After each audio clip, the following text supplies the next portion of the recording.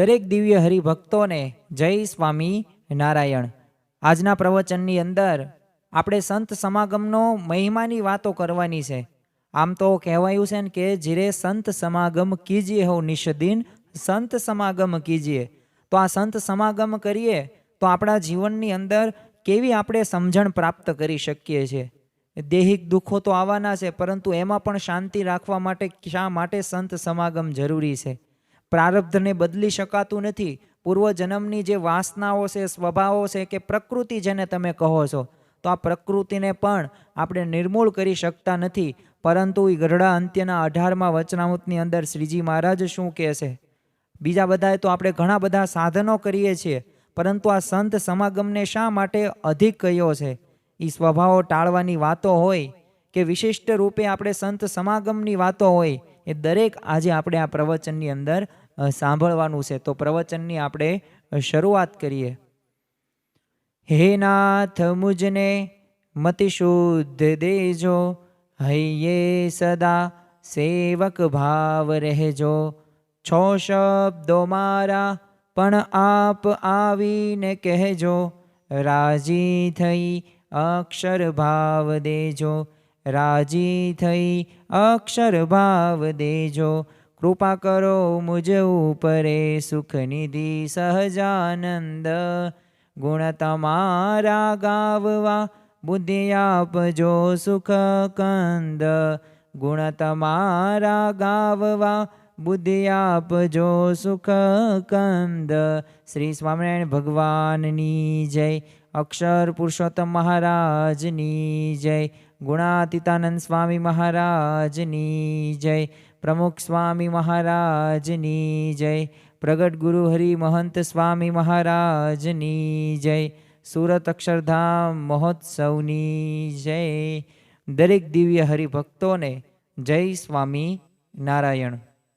શ્રીજી મહારાજ ગરડા પ્રથમના 8મા વચનામૃતની અંદર જો આપણે મોટા પુરુષનો સંગ કરીએ, એટલે કે સત્પુરુષનો આપણે સમાગમ કરીએ, તો એનો ફાયદો જણાવતા કહે છે કે કુસંગનો ત્યાગ કરીને જો સાધુનો સંગ કરે છે, ત્યારે એને ભગવાનને વિશે અસાધારણ પ્રીતિ થાય છે અને ભગવાન વિના અન્યને વિશે વૈરાગ્ય થાય છે। આજે લોકની અંદર કોઈ પણ વ્યક્તિ હોય ને, એ કોઈક માયાથી બંધાયેલા હોય છે, કોઈક પદાર્થથી બંધાયેલા હોય છે, કોઈકને કાંઈક વસ્તુની અંદર આસક્તિ જોવા મળે છે, કોઈકના જીવનની અંદર સ્વભાવો હશે, એ પછી ભલે હોય કામ કે ક્રોધ કે લોભ કે મોહ કે મત્સ કે માયા કે તૃષ્ણા કે અહંકાર કે અંતઃકરણ શત્રુ, તો આ રીતે છે ને જીવ બંધાયેલો છે અને આપણે અનંત જન્મોથી આવી રીતે બંધાયેલા જોવા મળીએ છીએ। હવે આ જન્મે આપણે જો ભગવાન સામે જો આપણે દ્રષ્ટિ કરવી હોય અને આપણે ભગવાનનું ભજન કરવું હોય અને આધ્યાત્મિક માર્ગની અંદર આગળ વધવું હોય અને ભગવાન વિશે આપણે એક અસાધારણ પ્રીતિ બાંધવી હોય ને, તો જો આપણે મોટા પુરુષનો સંગ કરીએ તો ખરેખર એ ભગવાન વિના અન્યને વિશે એ વૈરાગ્ય આમ થવો તો અઘરો છે, પરંતુ જો સંગ કરીએ ને તો શક્ય છે। ગુણાતીતાનંદ સ્વામી પણ બીજા પ્રકરણની 44મી વાતમાં કહે છે, અને શું સ્વામિનારાયણ ભગવાન પણ પોતે આ વાતને પોતે યથાર્થ રીતે દરેક હરિભક્તો મુમુક્ષુને સમજાવેલી હતી, અને એ જ વાતને અહીંયા ગુણાતીતાનંદ સ્વામી એમની ભાષાની અંદર તેઓ સમજાવે છે।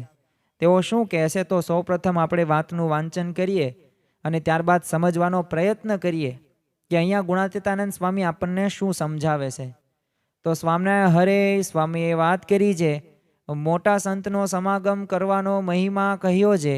રોટલા ખાવા મળે છે પણ કદાચ તે ન મળે તો રાંધેલું અન્ન માગી ખાઈને પણ આ સાધુનો સમાગમ કરીએ, નકર કાચા દાણા ખાઈને પણ સમાગમ કરીએ, નકર ઉપવાસ કરીને પણ સમાગમ કરીએ, અથવા લીમડો ખાઈને નહીં તો વાયુ ભરખીને પણ આ સમાગમ કર્યા જેવો છે।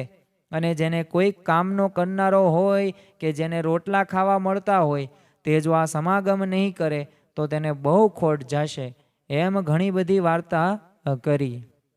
અહીંયા ગુણાતીતાનંદ સ્વામી આપણને સંત સમાગમનો એક મહિમા દર્શાવે છે।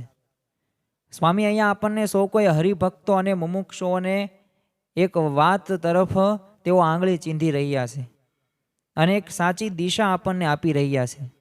ગુણાતીતાનંદ સ્વામીએ મહિમા જણાવતા સૌ પ્રથમ તો એમ જ કીધું કે તમને રોટલા ખાવા મળે પણ કદાચ ન મળે ને તો તમે રાંધેલું અન્ન માગીને ખાઈને તમે સમાગમ કરજો.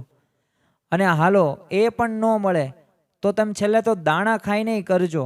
ચાલો અમુક એવા પણ હરિભક્તો હશે, મુમુક્ષુ હશે કે દાણા પણ નહીં હોય તો છેલ્લે ઉપવાસ કરજો. ઉપવાસ કરીને પણ સમાગમ કરજો. હાલો ઉપવાસ પણ નહીં તો લીમડો ખાઈને તો કરજો. છેલ્લે તો ગુણાતીતાનંદ સ્વામી વાયુ ભરખીને પણ સમાગમ કરવાની વાત કરી છે. અને છેલ્લે એક વાક્યની અંદર આપણને કહી દીધું કે જો કોઈકને કામ કરનારો હોય અને રોટલાય ખાવા મળતા હોય અને જો સમાગમ નહીં કરે તો એને બહુ મોટી ખોટ જશે. અને જો એવું જ છે આપણા જીવનની અંદર અને સત્સંગની અંદર આપણે આવ્યા છીએ તો આપણે અત્યારે તો 50, 60, 70 વર્ષનું જીવન છે. ક્યાં સમય કેટલો વહી જાય કંઈ ખબર પણ નથી આપણને પડતી. તો આપણે એક એક પળ રહીને એ આપણી લાખની તો કહી જ છે. ભજનોની અંદર, શાસ્ત્રોની અંદર પણ વર્ણવી છે. પણ ખરેખર અત્યારે આપણે ભજન કે કથા વાર્તા પણ સાંભળીએ છીએ ને ભગવાન સંબંધિત ક્રિયાઓ કરવી છે ને તો એ અનંત કોટી બ્રહ્માંડમાં આપણે આમ લીટા કરતા હોય ને એવું ગુણાતીતાનંદ સ્વામી એમની વાતોની અંદર કીધું છે. જો આ કથા વાર્તા છે, શ્રવણ છે, સાંભળવું, જે આપણે સેવા કરવી છે તો ખરેખર આ બધી ભક્તિ આપણી રહીને ભગવાન જોવે છે. પરંતુ આપણને એવો વિશ્વાસ હશે ને તો એ કાર્ય અવશ્ય થશે અને આપણને પ્રતીતિ પણ આવશે. જો આ વાતની અંદર સંત સમાગમનો અપરંપાર મહિમા આપણને ગુણાતીતાનંદ સ્વામી જણાવે છે. અને એની આગળ આપણા દેહિક જે કષ્ટો હોય, આમ તો છે ને ગુણાતીતાનંદ સ્વામી 2 પ્રકારના દુઃખો વ્યક્તિને જોવા મળે છે. અત્યારે દુનિયાની અંદર તમને પણ ખ્યાલ છે કે 8 અબજની વસ્તી છે, એટલે 800 કરોડની. તો 800 કરોડની વસ્તીમાં મુખ્ય 2 જ પ્રશ્નો છે. હવે આપણે તો પ્રશ્નોના કેટલાય પ્રમાણો અને વિભાગો અલગ અલગ કરી નાખ્યા છે, પણ ગુણાતીતાનંદ સ્વામી 2 જ પ્રશ્નો કહે છે કે 2 જ દુઃખોના પ્રશ્નો છે. એક તો ખાવાનું ન મળે, આ પહેલો પ્રશ્ન. અને બીજું ગુણાતીતાનંદ સ્વામી કહે છે કે એ ખાવાનું મળે પણ પચે નહીં ને, એ મોટો પ્રશ્ન. હવે ત્રીજા, ચોથા, પાંચમા કે એ આપણે હજારો પ્રશ્નનું લિસ્ટ આપણી પાસે છે ને કે મને નોકરી નથી મળતી, મારું વ્યવસાય નથી થતું, કે મને સુખ નથી આવતું, કે મને સારું જમવાનું નથી મળતું. જો ભગવાને તો આપણી માટે વરદાન માગી જ લીધેલા છે કે એને ભિક્ષા પાત્ર લખ્યો હોય તો મને પ્રાપ્ત થાય, પણ એ અન્ન વસ્ત્રે કરીને દુઃખી થાય નહીં. એટલે શ્રીજી મહારાજ તો પોતે બહુ દયાળુ છે ને ભક્ત વત્સલ્ય હતા અને એટલે જ તે આપણી એમને રામાનંદ સ્વામી પાસે વરદાન માગી લીધેલા છે. પરંતુ જો આપણે બીજી બધી બાબતોના પ્રશ્નો હશે ને તો આ પ્રશ્નો સાવ એટલે સાવ એનો હિસાબ જ નથી. ગુણાતીતાનંદ સ્વામી અહીંયા એ જ કહી દીધું છે. બીજું મહંત સ્વામી મહારાજ પણ ગોંડલની અંદર જ્યારે વિરાજમાન હતા ને ત્યારે એક વખત કહેલું કે આપણા જે પ્રશ્નો રહ્યા ને લૌકિક પ્રશ્નો, આ બધા પ્રશ્નો ધૂળના ઢેફા જેવા છે અને જે આપણને જે પ્રાપ્તિ થઈ છે ને એ ગિરનાર જેવી પ્રાપ્તિ થઈ છે. તો ખરેખર આ પ્રાપ્તિને આપણે માણવાની છે. જેટલી આ પ્રાપ્તિને આપણે માણીશું ને એટલા વધુમાં વધુ સુખી થશું. સોનાની કિંમત જો આપણને ખ્યાલ હોય અને સોનું આપણને 1 કિલો જડ્યું હોય તો એનો મહિમા સમજીને આપણે ઘરે સાચવી રાખીએ. અરે તરત એમાંથી કે કયો ભાવ, હવે કોઈકને સોનીને ત્યાં જશો તમે સોનું લઈને અને એ તો એમ કહેશે કે આ 10 ગ્રામના હું તને 20,000 રૂપિયા જ આપીશ, તો આપણે વેચશું નહીં. કેમ? આપણને એવી પ્રાપ્તિ ખબર છે કે આના તો અત્યારે 70-80 હજાર ભાવ છે 1 તોલાના, એ 10 ગ્રામ કે 11 ગ્રામના. તો જો આપણને એ ખ્યાલ છે એટલે એ પ્રાપ્તિ એને આપણે માણવી છીએ અને એમનામ આપણે છેતરાતા નથી. એમ આપણા જીવનની અંદર પણ ડગલે ને પગલે આવી પરિસ્થિતિઓ તો આવવાના છે. પરંતુ અહીંયા ગુણાતીતાનંદ સ્વામી કહે છે કે બધી પરિસ્થિતિઓ રહીને એ તમારો એનો હિસાબ જ કંઈ નથી. અમુક વાર તો આપણે છે ને દુઃખોને એટલું બધું મોટું સ્વરૂપ આપી રહ્યા છીએ ને કે જે આપણને વધુમાં વધુ દુઃખી કરે.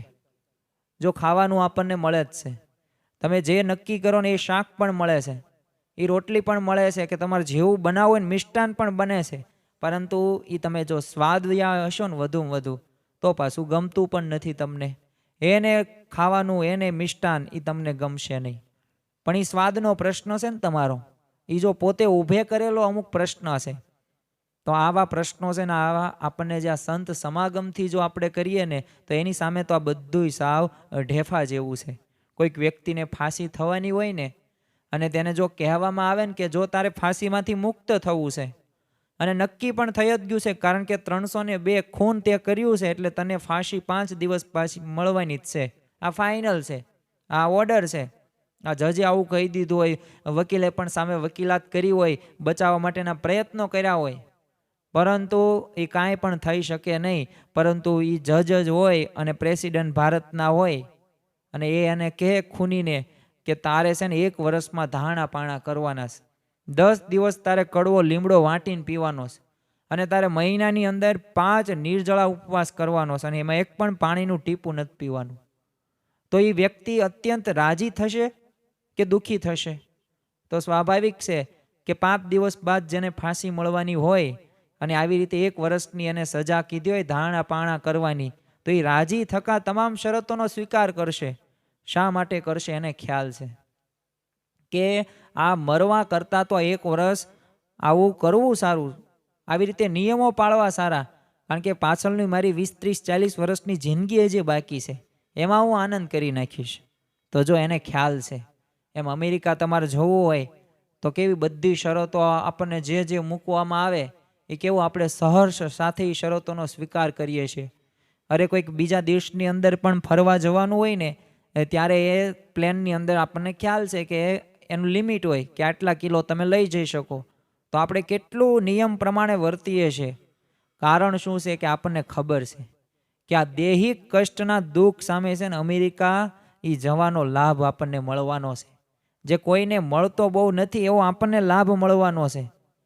બકરીના કોટનો હીરો એક ઝવેરીના દીકરાએ જો પોતાનો ખજાઓ લૂંટાવી દીધો, ત્યારે એ ગામના લોકોએ બધાએ શું કીધું? યોગીજી મહારાજ તો ઘણી વખત આ દ્રષ્ટાંત આપતા, કારણ કે આ દ્રષ્ટાંત દ્વારા આપણને પ્રાપ્તિનો વિચાર, એ ખ્યાલ આવે, પ્રતીતિ આવે કે ખરેખર આપણને જે પ્રાપ્તિ થઈ છે એ અલૌકિક થઈ છે, પરંતુ આ પ્રાપ્તિને હકીકતની અંદર આપણે માણતા નથી ને, એટલે પ્રશ્નો થાય છે. તમારા સામે 32 ભાતના પકવાનો આપ્યા હોય, તમને ભાવથી બધા મિષ્ટાનો એની અંદર હોય, પરંતુ તમે ખાવ જ નહીં તો તમે તૃપ્ત ક્યારે થશો? તમને એ સ્વાદ પણ નહીં આવે. એવી રીતે આપણને આ પ્રાપ્તિ થઈ છે ને એને માણતા નથી. પરંતુ જો એ હીરો હતો, એ ઝવેરીના દીકરાએ એને થોડોક ખ્યાલ હતો તો એને આખો તે ખજાનો લૂંટાવી નાખ્યો. એટલે બધા અજ્ઞાની માણસો હતા ગામના, એને કેવું લાગ્યું કે દીકરાએ ખોટનો ધંધો કર્યો. પણ જ્યારે ઝવેરી પોતે બહાર ગામથી આવે છે, ત્યારે એ દીકરાને કહે છે કે આ હીરો તે હાવ મફતમાં પડાવી લીધો. એટલે ત્યારે છે ને ઘણા બધા ગામના લોકોને એવું લાગે છે કે આ ઝવેરીનો જે દીકરો હતો એ તો ગાંડો થઈ ગયો હતો, એને ખજાનો લૂંટાવ્યો, પણ હવે આ ઝવેરી ગાંડો થઈ ગયો, આ બધો ખજાનો લૂંટવી નાખ્યો છે ને છોકરાએ એટલે. અને ખરેખર જ્યારે પૂર્ણિમાનો એ દિવસ હતો અને પૂર્ણિમાના પ્રકાશ દ્વારા એમાંથી અનંત એવા હીરાઓ એ થયા ને, ત્યારે બધાને ખબર પડી કે ખરેખર આ ઝવેરીને જ સાચી આ હીરાનું મૂલ્ય ખબર હતી.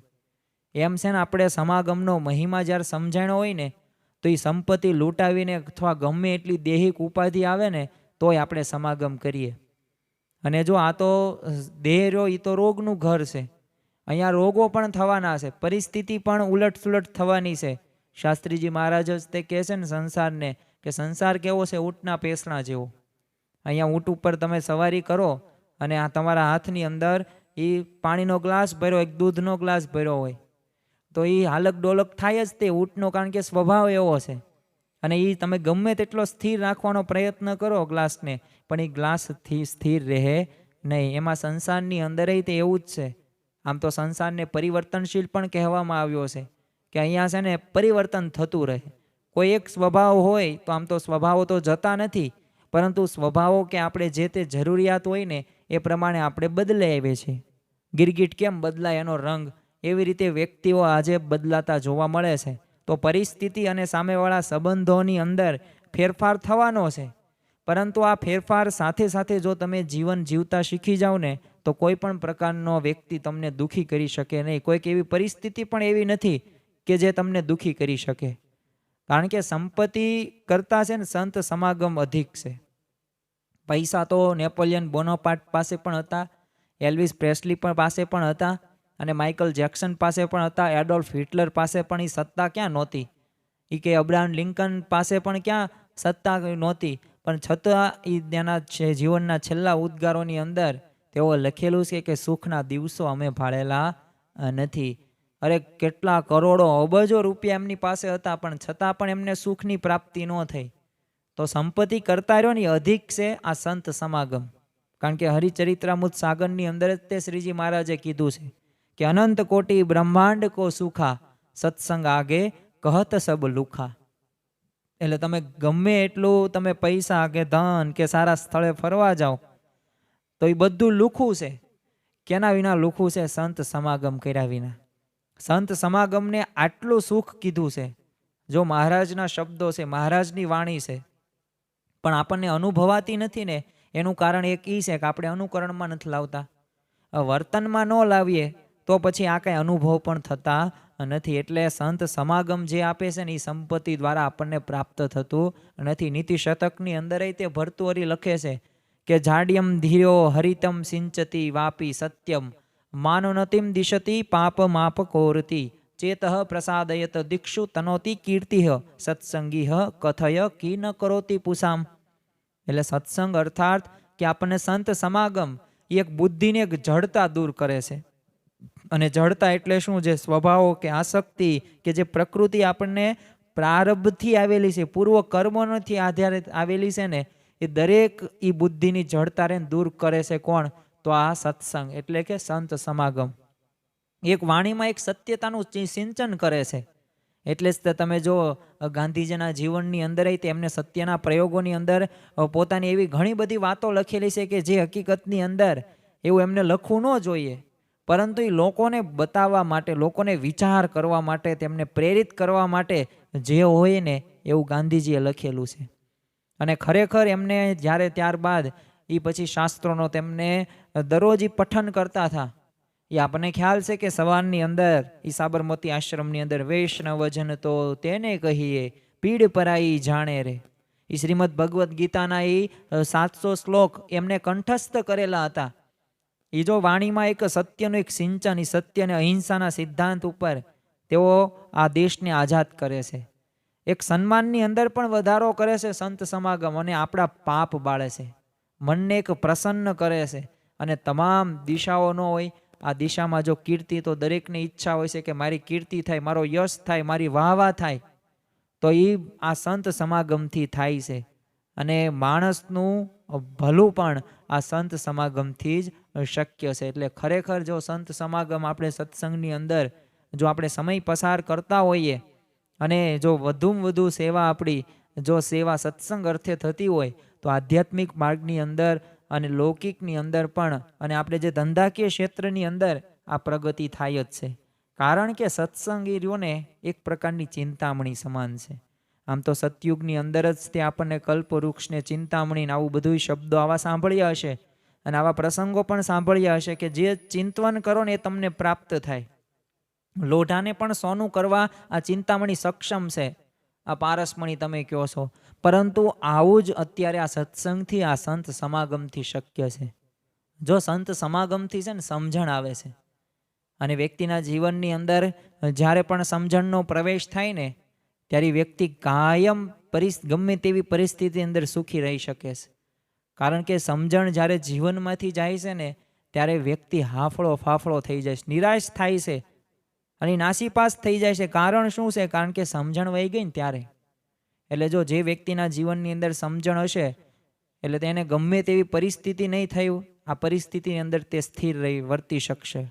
અને સાથે સાથે કોઈ પણ વ્યક્તિના જીવનની અંદર જો સમજણનો અભાવ હશે તો નાની નાની વાતોની અંદર પ્રશ્નો થતા જોવા મળશે. એટલે સમજણ હોવી ને એ ખૂબ જરૂરી છે. કારણ કે દુઃખના પ્રસંગોમાં શાંતિ રાખવી ને તો એ ક્યારે એ દુઃખોમાં પાર કરી જવાય કે જ્યારે આપણા જીવનની અંદર સમજણ હોય. 1997માં તે અમદાવાદના મંદિરે એક વડીલ આવ્યા ને, એટલે ત્યાં પોતે સ્વામીશ્રીની મુલાકાત માટે એમને ઈચ્છા હતી કે મારે સ્વામી બાપાના દર્શન કરવા છે અને એમને કાંઈક કહેવું છે.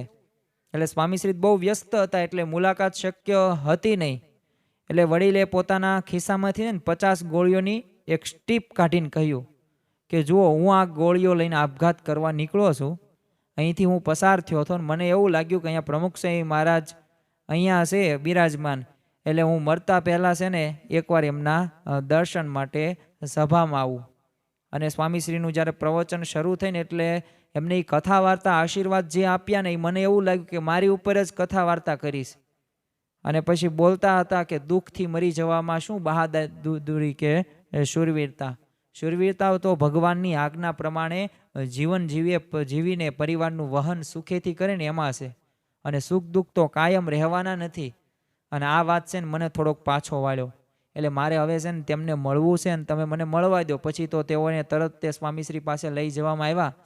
અને આ વાત સાંભળીને સ્વામીશ્રી એમની ઉપર છાતી ઉપર હાથ મૂકીને ધીરજ આપી અને કહ્યું કે આ ઘર સભા અને સત્સંગ સભા દ્વારા એ આ કથા વાર્તાનો યોગ તમે કાયમ માટે રાખજો. તો આજે પણ એ વડીલો એ પોતે પરિવાર સુખી છે અને નિત્ય સત્સંગ પણ કરે છે. તો જો આમ દુઃખમય સંસારની અંદર એક સત્સંગ સુખેથી જીવવાનું શીખવે છે. અને જો આ કથા વાર્તા રહી, આ ભગવાન કે સંતનો આપણને સમાગમ કરીએ ને, આ સમાગમથી એક આપણને પોઝિટિવ એક ઉર્જા ઉત્પન્ન થાય છે. એક આપણને એનર્જી એવી મળે છે, શક્તિ એવી પ્રાપ્ત થાય છે કે જેથી આપણને ખોટું કામ કરવાનું, ખોટી રીતે કોઈકને હેરાન કરવાની આવા ભાવના અને આવા વિચારો પણ આવતા નથી. એ દરેક ક્રિયા રહીને એ આપણે સારી કરીએ છીએ. કારણ શું છે? કારણ એક જ છે કે આપણે એ સત્સંગ કે કથા વાર્તા સાંભળીએ છીએ. આમ તો ખરેખર આ ચાતુર્માસ મહિનાની અંદર પણ આ કથા વાર્તાનો વિશેષ મહિમા શાસ્ત્રોની અંદર અને શ્રીજી મહારાજે પણ વર્ણવેલો છે. કારણ એક એ જ છે કે કથા વાર્તાથી આ જીવની અંદર જે અજ્ઞાન ભરેલું છે ને, જો માણસ દુઃખી ક્યારે થાય છે?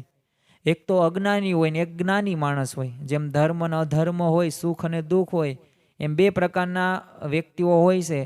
એક દુઃખી હોય છે તો એના જીવનની અંદર તમને જોવા મળતું હશે અજ્ઞાન હશે. એ અજ્ઞાને થઈને દુઃખી થવાતું હશે. અને એક વ્યક્તિ હશે કે એના જીવનમાં દુઃખ હશે પણ એની પાસે જ્ઞાન હશે, તો જ્ઞાનના લીધે એ સુખી રહેતો હશે. તો હવે જો આપણા જીવનની અંદર પણ પ્રશ્નો અને પરિસ્થિતિ આ બધું આવવાનું છે. This is parts of life. દરેક વ્યક્તિના જીવનની અંદર આવવાનું છે. પરંતુ જો આપણી પાસે જ્ઞાન રૂપી શસ્ત્ર હશે ને, તો ગમે તેવા દુઃખો નહીં આવે, ગમે તેવી ઘટના નહીં બની હોય, આ ઘટનાની અંદર પણ આપણે સ્થિર રહી શકીશું અને ભગવાનનું ભજન આપણે સારી રીતે કરી શકીશું. તો ખાસ આપણા જીવનની અંદર આ સમજવાનું છે કે આ જો સત્સંગ કરીશું, કથા વાર્તા રાખીશું સમાગમ એનો, એટલે જ આપણને યોગીજી મહારાજ કહે છે ને કે આ કથા વાર્તા 25,000નો નફો જતો કરીને પણ રવિ સભામાં જવું. આ સત્સંગથી પ્રમુખ સ્વામી મહારાજ તો રવિ સભાને બ્રહ્મરૂપ થઈ જવાની જડીબુટ્ટી સમાન કહે છે.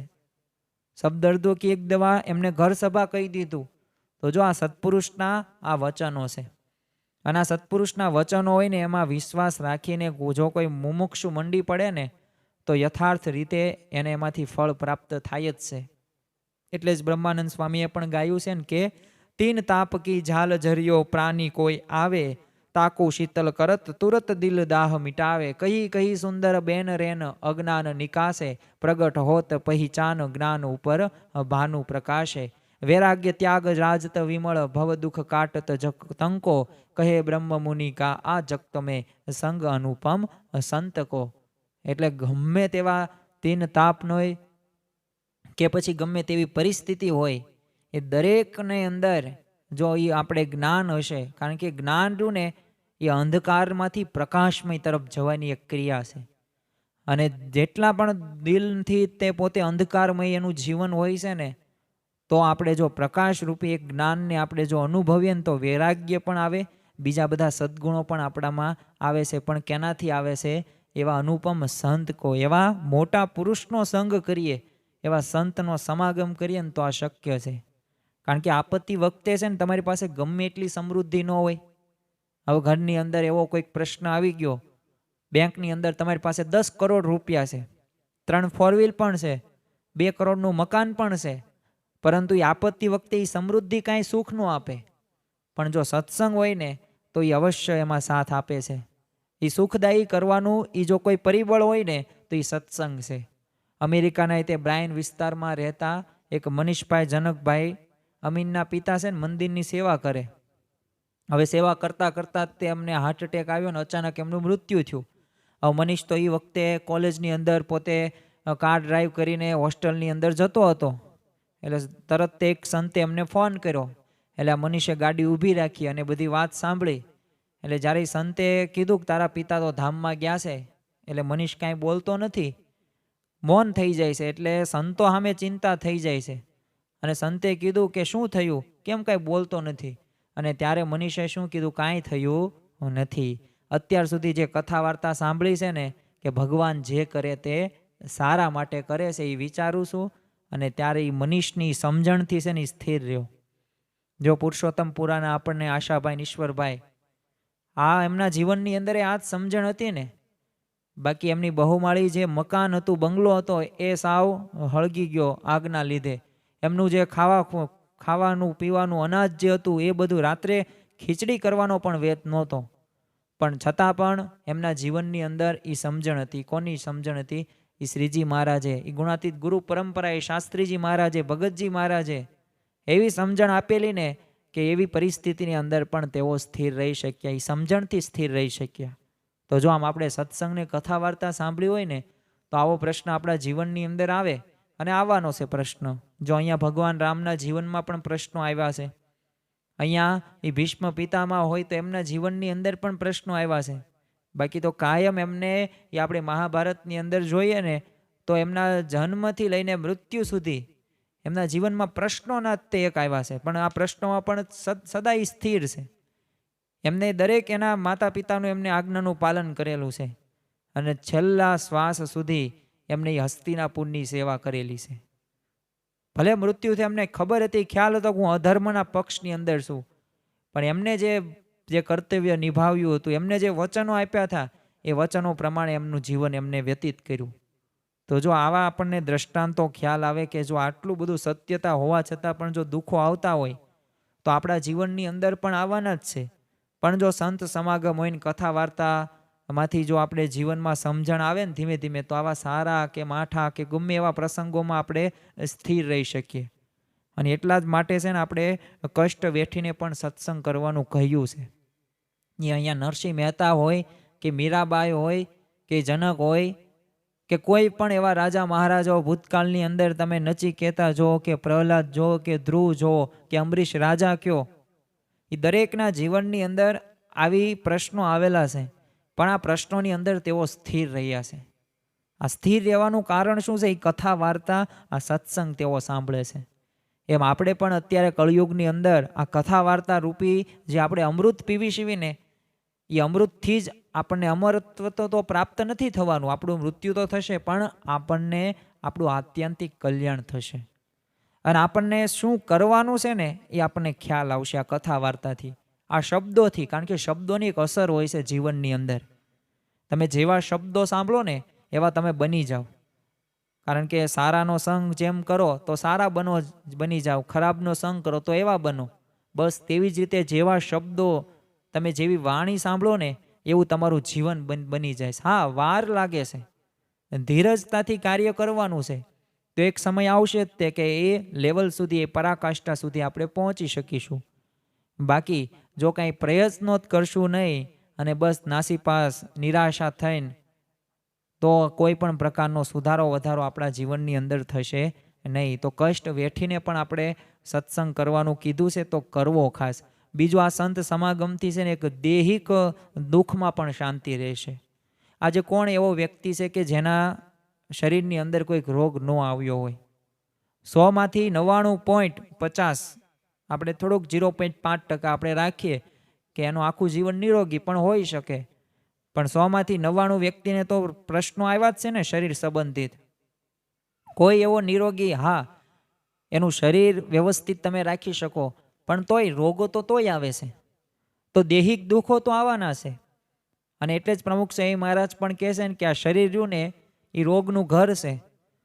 તો આ રોગો આવે અને એમાં જો આપણે અશાંતિ આપણે પ્રેરીએ અને એમાં આપણે દુઃખી થઈએ ને ભગવાનનું ભજન ન કરીએ, તો ખરેખર છે ને એ આપણે કથા વાર્તા કે સંત સમાગમ ન કર્યો ને તો જ આ થાય છે. કારણ કે કથા વાર્તાથી છે ને એક દૈહિક દુઃખ સહન કરવાનો એક બળ પ્રાપ્ત થાય છે અને એક અનેરો શાંતિનો એક અનુભવ આપણને થાય છે. શાસ્ત્રીજી મહારાજ પાસે જ્યારે જુનાગઢથી આવેલા સંતોમાં છે ને નાપાડના બાલ મુકુંદાસ હતા એમને ઘણા સમયથી શરીરમાં છે ને પતનો રોગ હતો, એટલે કાયમ એમને બળતરા રહે, કોઈ દવાથી મટે નહીં. ઘણા બધા પ્રયત્નો કર્યા, ઘણા બધા વેદોને બતાવ્યું, ડૉક્ટરોને બતાવ્યા, એટલે પણ કાંઈ થયું નહીં. પરંતુ જ્યારે તેઓ રાજકોટમાં કૃષ્ણજી અદાની કથા વાર્તા સાંભળતા ને, એટલે ત્યારે એમની જે બળતરા થતી હતી ને એ બધી મટી ગઈ અને શાંતિ થઈ જતી. એટલે જ્યારે કથા વાર્તા સાંભળે ને એટલે આ થતું હતું. પછી તો શાસ્ત્રીજીમાં જે એમને આશીર્વાદ આપ્યા એટલે એમનો રોગ મટી પણ ગયો હતો. પણ કહેવાનું શું છે કે આપણા જીવનની અંદર એમ પ્રશ્નો હશે તો આ પ્રશ્નોમાં સ્થિર રહેવા માટે આ સંત સમાગમ, આ કથા વાર્તા જરૂરી છે. આજનું પણ જો તમે તબીબી વિજ્ઞાન કહે છે કે રોગ કરતા છે ને રોગની જે ચિંતા રહી ને એ ભયંકર છે. કારણ કે ચિંતાથી છે ને આપણા જીવનની અંદર એક પ્રકારે નવા નવા હાર્મોન્સ હોય છે અંદર શરીરની અંદર. આમ તો દુનિયાની અંદર જેટલી ફેક્ટરીઓ આવે છે ને એ ફેક્ટરીની અંદર આપણા શરીરની અંદર જેટલા આપણને જે તમે અંતસ્ત્રાવો કહો છો કે જે હોર્મોન્સ કહો છો, એ જેટલું કેમિકલ્સનું ઉત્પાદન થાય છે ને એવા વિશ્વની એવી કોઈ ફેક્ટરી નથી કે જ્યાં થતું હોય. એટલું આપણા શરીરની અંદર થાય છે. પણ જો આપણે એવી ચિંતા રાખતા હોઈએ ને તો આપણને જો અપચો પણ રહે, માથા પણ દુખે, સારા વિચારો પણ ન આવે, આપણો વિકાસ પણ ન થાય અને એક પ્રકારની આળસ આપણામાં વ્યાપ્ત થઈ જાય. પરંતુ જો સમાગમ કે કથા વાર્તા કે સારા વિચારો આપણે જો રાખીએ અને ભગવાનમાં જો આપણું મન પરોવાય ને તો એ મનમાંથી ચિંતા એક વખત દૂર થઈ જાય તો એ રોગની પીડા પણ ઓછી થઈ જાય છે. અને અમુક રોગો તો એવા પણ હોય છે કે જે મનની એક શાંતિથી, એટલે જો ઘણી વખત તમે સાંભળ્યું હશે કે દિવસમાં 10 થી 15 વખત હસી લેવું. કારણ કે હાસ્યરૂની દરેક રોગની દવા છે. હવે આપણને એમ લાગે આટલી બધી દવાઓ કરાવીશ, હજારો લાખો રૂપિયાનો ખર્ચો કરાવીશ તો એ મટતું નથી ને, એ હાસ્યથી મટી જાય. પણ એ હાસ્યમાં જ થાય છે શું? મન પ્રફુલ્લિત રહેશે. બસ એમ ભજન ભક્તિ કરવાથી પણ આપણું મન છે ને સ્થિર રહેશે. અને આ સ્થિર રહેવાથી, એક બેલેન્સ રહેવાથી છે ને આપણા જે રોગો રહ્યા ને એ રોગોની એ ચિંતા ઓછી થાય છે. હવે ચિંતા ઓછી થાય એટલે એની પીડા પણ ઓછી થાય. અને અમુક તો એવા પણ રોગો છે કે જે આવું સારું સારું સાંભળવાથી, ભગવાનની કથા વાર્તા સાંભળવાથી પ્રશ્નો સાવ નિર્મૂળ પણ થાય છે, રોગ સાવ મટી પણ જાય છે. બીજું છે ને તમે ગમે એટલા સાધનો કરો, એ તમે કોટી તપ કરો, વ્રત કરો, જપ કરો, બધાય સાધનો સાચા છે. અને શાસ્ત્રોની અંદર પણ નવધા ભક્તિ દર્શાવેલી જ છે. શ્રીજી મહારાજે નવધા ભક્તિની વાત કરેલી છે. આપણી ગુણાતીત ગુરુ પરંપરા પણ નવધા ભક્તિની વાત કરે છે. અને ઘણા બધા સાધનોની વાત કરે, પ્રદક્ષિણા કરો, દંડવટ કરો, કે પંચાંગ પ્રણામ કરો, કે ધ્યાન કરો, કે માનસી પૂજા કરો, કે થાળ કરો. આ બધી સાધનો ભક્તિના સારા. પરંતુ એના કરતાં જો સૌથી વધુ અધિક જો સારું હોય ને તો એ છે સંત સમાગમ. શા માટે? કારણ કે આધ્યાત્મિક માર્ગની અંદર આપણે જો સંપત્તિ હોય, તપ, ત્યાગ કે ધ્યાન કે યોગ, આ બધા આપણે સાધનો કરવી જ છીએ. પણ એ સંત સમાગમની અધિક શા માટે કીધો? કારણ કે વચનામૃત ગઢડા મધ્યના 54માં શ્રીજી મહારાજે કીધું છે કે તપ, ત્યાગ, અષ્ટાંગ યોગ, યજ્ઞ આદિ તમામ સાધનો કરતા છે ને સત્સંગ શ્રેષ્ઠ છે. અને આ શ્રેષ્ઠ છે એટલું જ નહીં, પણ ખરેખર જે આપણને પ્રશ્નો છે ને કે ગયા જન્મની અંદર મેં એવા કુકર્મો કર્યા હશે, કાંઈક મેં વાસના કે સ્વભાવ રહી ગયા હશે એટલે મને આ જન્મ મળ્યો. તો શ્રીજી મહારાજે ગઢડા અંત્યના 18માં પણ આ સંત સમાગમનો મોટા પુરુષને આપણે સેવીએ અને આ સત્સંગની અંદર કથા વાર્તા સાંભળીએ ને તો એનું ફળ શું કહ્યું છે? તો શ્રીજી મહારાજ ગઢડા અંત્યના 18માં વચનામૃતમાં કહે છે કે એ જીવને જ્યારે સત્પુરુષનો સંગ થાય છે ત્યારે જેમ જેમ સમાગમ કરતો જાય તેમ તેમ પૂર્વકર્મ સંબંધી જે વાસના તે જૂની થતી જાય. પછી એને જન્મ મરણ ભોગવ્યા એવી તે વાસના રહે નહીં. જેમ 3 વર્ષથી તથા 4 વર્ષની જે જૂની ડાંગર થઈ પછી તે જમ્યામાં તો આવે ખરી પણ વાવે તો ઉગે નહીં, તેમ પૂર્વકર્મની વાસના છે તે જીર્ણ થાય, માટે જન્મ મરણને ભોગવવા આવે એવી રહે નહીં. તો જો અહીંયા શ્રીજી મહારાજે આપણને એક દ્રષ્ટાંત આપીને સમજાવ્યું. આજે દરેકને કર્મના સિદ્ધાંતની અંદર આપણને ખ્યાલ છે કે કરેલા કર્મના બદલા આપણે ચૂકવવા જ પડે છે. અને જેવું આપણે વાવીએ છીએ એવું લણીએ પણ છીએ. અને એવા ઉદાહરણો આપણને ઘણા બધા યાદ છે. પરંતુ ખરેખર અહીંયા જો આપણને સત્પુરુષનો આપણે સંગ કરીએ ને તો શ્રીજી મહારાજ આપણને દ્રષ્ટાંત આપ્યું કે કોઈક ડાંગર હોય જે કેટલા વર્ષ જૂની હોય, 3-4 વર્ષ જૂની હોય, પછી જમ્યામાં આવે તો એ ખરી આપણે જમી તો શકીએ પણ એને વાવીએ ને તો ઉગે નહીં. એમ જો વાસના હોય કે જે આપણે પૂર્વ જન્મના જે પ્રારબ્ધમાં હોય ને પૂર્વ કર્મ હોય એ બધું જો આપણે સત્સંગ જેમ જેમ કરતા જઈએ, સમાગમ જેમ જેમ થતો જાય ને, એમ બધુંય તે એક સમય એવો આવશે કે હાવ જીર્ણ થઈ જાય. પછી ભોગવવાની આપણને ઈચ્છા પણ રહેતી નથી ને આપણે ભોગવતા પણ નથી. એટલે ખરેખર છે ને જન્મ મરણ એક પ્રકારે ગર્ભવાસરો એ ટળી જ જાય છે. તો અહીંયા શ્રીજી મહારાજ જો આપણને આટલો મહિમા સંત સમાગમનો કહે છે. ગુણાતીતાનંદ સ્વામીએ પણ 6 પ્રકરણની 18મી વાતમાં કીધું છે કે કરોડ જન્મ તપ કરીએ તો પણ આ વાતું જેટલો સમાસ ન થાય. તો જો તમે 1-2 દિવસ નહીં, કરોડ જન્મ તપ કરીએ, હવે આટલા જન્મ તો આટલા લઈએ અને તોય જે આ કથા વાર્તાથી જે સમાસ થાય છે એવો એ જન્મ એટલા તમે તપ કરો ને તો પણ થતું નથી. બીજી વાત પણ પેલા પ્રકરણની 226મી વાતમાં ગુણાતીતાનંદ સ્વામી કહે છે કે કોટી સાધન કરે પણ આ વાતો કરવી અને સાંભળવી એની બરાબર થાય નહીં. એટલે હું વાતો કરું છું, તમે વાતો આ સાંભળો છો, તો એ કોટી તમે સાધન કરો ને તો પણ એ નહીં બરાબર તો થાય જ નહીં. એટલી આ કથા વાર્તા, એટલો આ સત્સંગ, એટલો આ સમાગમ રહ્યો ને એ ખરેખર એટલો લાભદાયી છે. જો પણ મહિમા સમજવાનો છે. જેટલો આપણે મહિમા સમજીએ એટલો આપણે વધુ સુખી રહીએ. અને સંત સમાગમથી મુખ્ય તો એક ફાયદો થાય છે ને કે જે આપણા સ્વભાવો રહ્યા ને એ સ્વભાવો ટળે છે. અને એ સ્વભાવો ટળે ને તો જ આપણને સાચું સુખ મળે છે. હવે આપણને 32 ભાતના પકવાનો આપ્યા હોય પણ પેટની અંદર એક પથરી હોય, નાનકડી અમથી જ પથરી હોય. કેવી પથરી કે એક ચણા દાણા જેટલી. તો આપણે ખાવાનો આનંદ આવશે? આપણી સામે સારી એવા સ્થળો છે કે જોવાલાયક સ્થળો છે કે જેને જોઈને આપણને આનંદિત થઈએ, પણ આંખમાં કણું પડ્યું હોય તો આપણને સુખ આવે નહીં. તો બસ તેવી જ રીતે છે ને આપણા જીવનની અંદર આપણને ઘણું બધું ભગવાને આપણને સારું આપ્યું છે. યા કથા વાર્તા રૂપી અમૃત આપ્યું છે. સાથે સાથે સંત સમાગમથી પણ ફાયદાઓ થાય છે. એ ભગવાન અને સંતના આપણને રાજીપણ પણ પ્રાપ્ત થાય છે. પરંતુ જો આપણે આપણા જીવનની અંદર જો સ્વભાવ હશે ને તો યથાર્થી સુખ પ્રાપ્ત થવાનું નથી.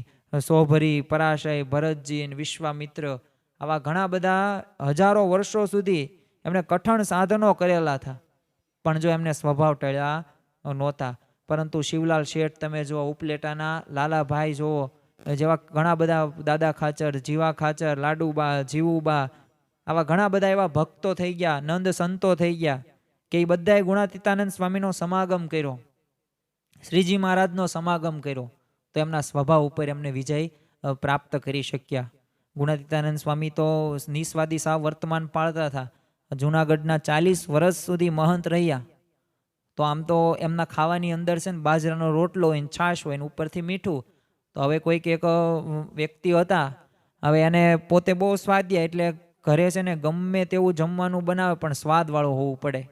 અને કાયમ એમનો છે ને કંકાસ શરૂ હોય, ગમે એવા શબ્દો પણ બોલે, એની માતાને અને એની પત્નીને પણ ગમે એમ કહી દે, એટલે ચાલે નહીં, થાળિયું જ પસાડે. આવો એ સ્વભાવ એમનો હતો. હવે એમને એક વખત તો જૂનાગઢની અંદર પોતે દર્શન કરવા માટે જાય છે. ગુણાતીતાનંદ સ્વામી એમના સ્થાન ઉપર બધાને હરિભક્તોને કથા વાર્તા કરતા. એટલે આને પણ વિચાર આવ્યો કે ચાલો ને કથા વાર્તા સાંભળીએ. એટલે ઘડીક કથા વાર્તા સાંભળી. પછી કથા વાર્તા પૂરી થઈને પછી એક વિચાર આવ્યો કે આ તો જૂનાગઢ મંદિરના મહંત છે, એટલે આ શું જમતા હશે, ચાલો ને તપાસ કરીએ કેવું આમને તો બધું સારું જ જમવાનું હશે ને.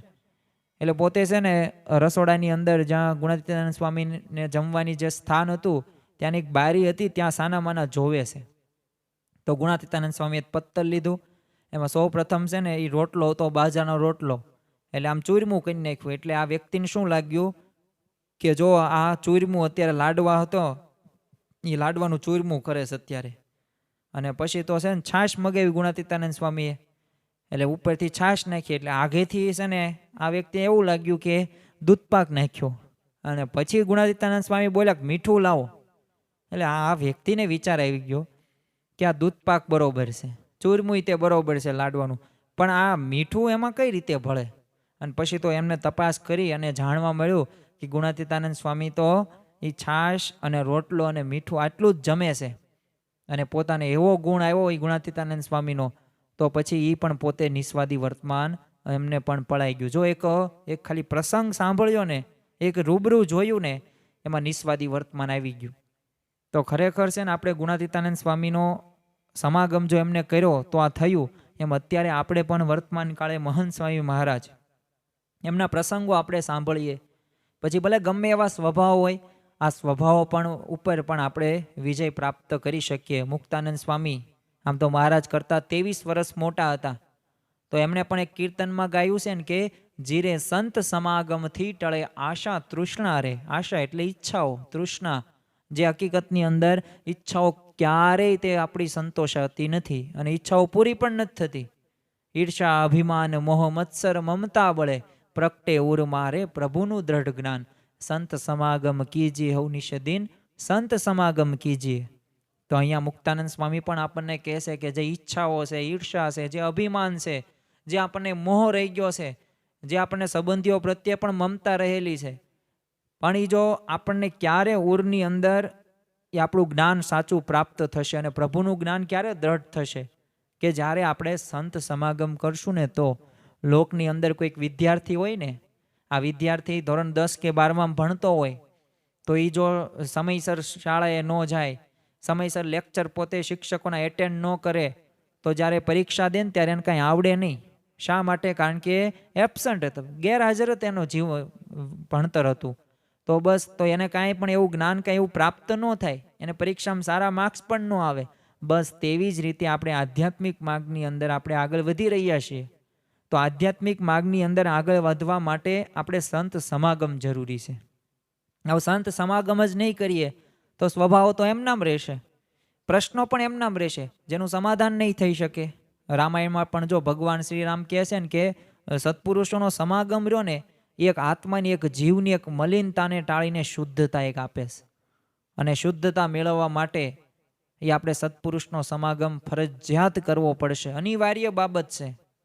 તુલસીદાસ પણ કહે છે કે પારસ કે સ્પર્શ છે કંચન ભઈ તલવાર, તુલસી તીનો ન મીટે માર ધાર આકાર. જેમ પારસમણીના સ્પર્શથી હે ને તલવાર હોય ને એ સોનાની થઈ જાય, તેમ છે ને સાધનોની પુણ્યશાળી અવશ્ય થવાય છે. એનાથી આપણને પુણ્ય તો મળે છે, કારણ કે સારું તમે કર્મ કરો છો એનું ફળ પણ સારું જ મળવાનું છે. પરંતુ માર ધાર અને આકાર રહ્યો ને એટલે સ્વભાવ ક્યાંય બદલાતા નથી, એ તો સોનાની જ થાય છે, બીજું કાંઈ આકાર બાકાર કાંઈ બદલાતો નથી. જ્યારે સંત રહ્યું ને એ તો વાત રૂપી હથોડાથી એવું આપણું ઘડતર કરે છે ને કે ત્યારે આપણા સ્વભાવો અવશ્ય આપણા નાશ પામે છે. એક છે ને કઠિયારો હતો, હવે પોતે આખા દિવસ દરમિયાન આ લાકડા કાપવાનો વ્યવસાય કરતો અને જે લાકડા કપાય એને એક ભારી કરીને ગામની અંદર વેચે અને એનાથી જે પૈસા આવે એ પોતાના ઘરનું અને પોતાનું ગુજરાન ચલાવે. એટલે એક સમય એવો આવ્યો કે કાંઈક એ ગામની અંદર જ તે જે મુખ્ય વ્યક્તિ હતા એમને પ્રતિબંધ કરી નાખ્યો કે હવે કોઈએ આ પ્રવૃત્તિ કરવી નહીં, નકર એના ઉપર કાયદાકીય પગલાં લેવામાં આવશે. એટલે કઠિયારો કરે શું? એને આવડે કયું? તો એને લાકડા કાપતા આવડે. એટલે પોતે તો હવે કામની શોધની અંદર જાય છે, એક શેઠ પાસે જાય છે. એટલે શેઠને કહે છે કે મને તમે કામ આપો, તમે જે મજૂરી કામ આપશો એ મારે ચાલશે. શેઠ કે તને સૌથી વધુ સારું કામ કયું આવડે? એટલે કઠિયારો કે મને લાકડા કાપતા આવડે, કારણ કે હું વર્ષોથી છેલ્લા 15-20 વર્ષથી લાકડા કાપવાનો વ્યવસાય કરું છું. તો આ શેઠ કે કાંઈ વાંધો નહીં, મારે એક જંગલ છે, એટલો વિસ્તારની અંદર લાકડાઓ ઘણા બધા છે, એટલે તું એના વૃક્ષો તારે લાકડા કાપી નાખવાના અને તું જેટલા વૃક્ષ કાપીશ એટલા હું તને એક વૃક્ષ દીઠ હું તને 10 રૂપિયા આપીશ એ સમયની અંદર. એટલે કઠિયારો કે કાંઈ વાંધો નહીં. કઠિયારો રાજી થતા એને નક્કી કરી નાખ્યું કે આવતીકાલે સવારમાં છે ને હું સમયસર પહોંચી જઈશ અને ઘણા બધા વૃક્ષો કાપી નાખીશ અને ઘણા બધા પૈસા પણ મેળવી લઈશ. એટલે શેઠ તો શેઠ પાસે જાય છે આ કઠિયારો કુહાડી લઈને, અને કુહાડીથી પોતે જે તે વિસ્તાર હોય છે એ વિસ્તાર પણ દર્શાવી દીધો અને શેઠ ત્યાંથી વહી જાય છે. હવે કઠિયારે લાકડા કાપવાની શરૂઆત કરી. એટલે સૌ પ્રથમ પહેલા જ દિવસે છે ને એને 8 વૃક્ષ કાપી નાખ્યા અને શેઠને કહ્યું કે મેં આજે 8 વૃક્ષ કાપ્યા છે. એટલે શેઠે તો રોકડો જ તે કામ કર્યું, 80 રૂપિયા આપી દીધા. કઠિયારો બહુ રાજી થઈ જાય છે. બીજા દિવસે જાય છે, 7 વૃક્ષ કપાણ્યા. ત્રીજા દિવસે 6 વૃક્ષ, ચોથા દિવસે 5 વૃક્ષ કપાણ્યા.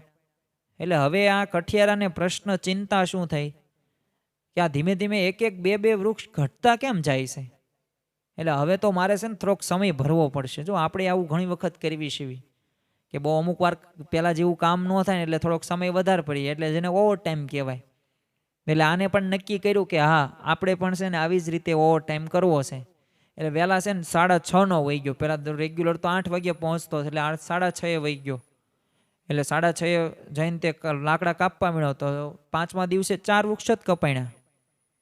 એટલે આને વિચાર આવ્યો. પછી 6ઠ્ઠા દિવસે 3 વૃક્ષ. એટલે હવે આને વિચાર કર્યો કે હવે છે ને જમવામાં હું કલાકનો જે સમય લઉં છું ને 20 મિનિટમાં જમીન તે હું લાકડા કાપવા, વૃક્ષ કાપવા એને શરૂ કરી દઈશ. એટલે એ તો હવે 7મા દિવસે એવું કરે છે તો 2 વૃક્ષ જ કપાણ્યા તોય તે. અને છેલ્લા દિવસે તો 8મા 7મા 8મા દિવસે તો એને અડધો વૃક્ષ પણ કાપી ન શક્યો. અને ધીમે ધીમે એની આવક પણ ઘટતી ગઈ, કારણ કે 80 રૂપિયામાં સીધો એ 5 રૂપિયા પહોંચી ગયો. અને હવે તો જો આગળ વધે તો 2 રૂપિયા માન આવે. એટલે આ શેઠ પાસે ચિંતિત થઈને આ કઠિયારો જાય છે અને શેઠને બધી વાત કરી કે હું પહેલા દિવસે આવ્યો હતો તો મેં ત્યારે સમય ભર્યો નહોતો ને તોય 8 વૃક્ષ કપાણ્યા. પછી ધીમે ધીમે એક એક ઘટવા માંડ્યું. અને મેં તો વહેલાય આવતો હતો 2-3 દિવસ પહેલાં. હજી હું ટિફિનમાં હું પહેલાં જમવામાં ટિફિન લઈને આવતો હતો તો એમાં હું સમય જે બગાડતો હતો ને એ સમય પણ મેં એમાં સુધારી નાખ્યું મારું વર્તન. પણ તોય તે આ વૃક્ષો તો અડધું નથી કપાતું, 5 રૂપિયા મળતા નથી. એટલે શેઠે એનું જે કુહાડી હતી ને એ જોઈ અને બધું પામી ગયા. એટલે શેઠે એટલું જ કહ્યું કે તું મોટી એક ભૂલ કરે છે. ત્યાં કઠિયારો કે હું જે મહેનત કરું છું એમાં તો કાંઈ ભૂલ કરતો નથી. જે લાકડા પહેલાં કાપતો તેમાં બીજા 3જા ને 5મા 7મા 8મા દિવસે કાપું, તો આમ મને કેમ કહેશ? એટલે શેઠે શું કહ્યું કે આ જે તારી પાસે કુહાડી છે ને, આ કુહાડીની આ તો હાવ બુઠ્ઠી છે ધાર. તે ક્યારેય ત્યાં 7 દિવસ કે 8 દિવસ દરમિયાન એક વખત ધાર કાઢી તો કઠિયારો કે એમાં તો સમય બગડે ને. એ તો ધાર કાઢવા અડધી પોણી કલાક જાઓ તો વૃક્ષ ઓછા કપાય. એટલે મેં એમાં સમય નથી બગાડ્યો. અને ત્યારે શેઠે કીધું કે તે ખાલી અડધી કે પોણી કલાક 2-3 દિવસે જો ધાર કાઢી હોત ને તો 8 વૃક્ષના તે 10 વૃક્ષ પણ કાપી નાખ્યા હોત. પણ આ તે ધાર કાઢવાનું તું ભૂલી ગયો ને એટલે આ તારા આ પરિણામ આવ્યું છે. અને તું 5 રૂપિયા પણ તને એટલે નથી મળતા.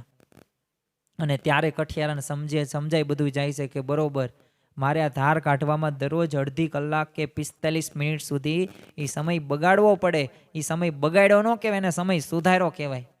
એમ જો આપણને રવિ સત્સંગ સભા હોય, કથા વાર્તા હોય કે સંત સમાગમ હોય કે મોટા પુરુષનો આપણે સમાગમ કેવી છીએ તો એ આપણે કરવાનું છે. હવે જો આપણે એ કરશું નહીં, આ એક પ્રકારે છે ને સત્સંગ રહ્યો ને એ ધાર કાઢ્યા બરોબર છે. આ દરરોજ તમે જે કથા વાર્તા અત્યારે સાંભળો છો એ પણ એક ધાર કાઢ્યા બરાબર છે. કારણ કે આનાથી જ તે આપણા જીવનની અંદર સાચું શું કરવાનું છે ને એ આપણને પ્રાપ્ત થશે. એમાં સ્વભાવો નાશ કરવા માટે આ હથોડાથી ઘડતર છે ને આપણને અહીંથી સત્સંગથી થાય છે. કારણ કે જ્ઞાન હથોડા કર ગ્રહી સદગુરુ ભયે સોનાર, તુલસી તીનો મીટ ગયે માર ધાર આકાર. એ જ્ઞાન હથોડા કે કર ગ્રહી એટલે સદગુરુના તમે સંગની અંદર રહ્યો ને તો એ તમારા બધાય પ્રકારના સ્વભાવો કે દોષો કે પરિસ્થિતિ આ બધું બદલાઈ જશે અને એક આકાર એક સારો મળશે. બ્રહ્માનંદ સ્વામીએ પણ કહ્યું છે ને કે ગુરુદેવ મેરો ઘાટ દૂસરો બનાયો હે. ગુરુદેવ સંતનો સમાગમ જો કરીએ ને તો ખરેખર આપણો એ ઘાટ રહ્યો ને સારો અને વ્યવસ્થિત રીતે થઈ જાય. સત્સંગ અને આપણને આ સંત સમાગમથી કેટલાયના જીવન જો સમૂળ અત્યારે બદલાઈ ગયા છે અને સ્વભાવો ઘસાઈ પણ ગયા છે. આપણે પ્રસંગ જોઈએ કે 1/1/1992 દિવસે એક હેતલ પંચાલ નામના એક યુવકે, હવે પ્રમુખ સ્વામી મહારાજ આગળ છે ને પોતાની વાત કરતા કીધેલું કે 1985ના સમયની અંદર છે ને મારે પિતા રહ્યા ને નવા સત્સંગી થયેલા અને સમયની અંદર સેવા કરવા ગયેલા, એટલે હું પણ ભેગું ગયેલો. એટલે એકવાર હું મારા મિત્ર સાથે છે ને રાત્રે પિક્ચર જોવા માટે ગયેલો.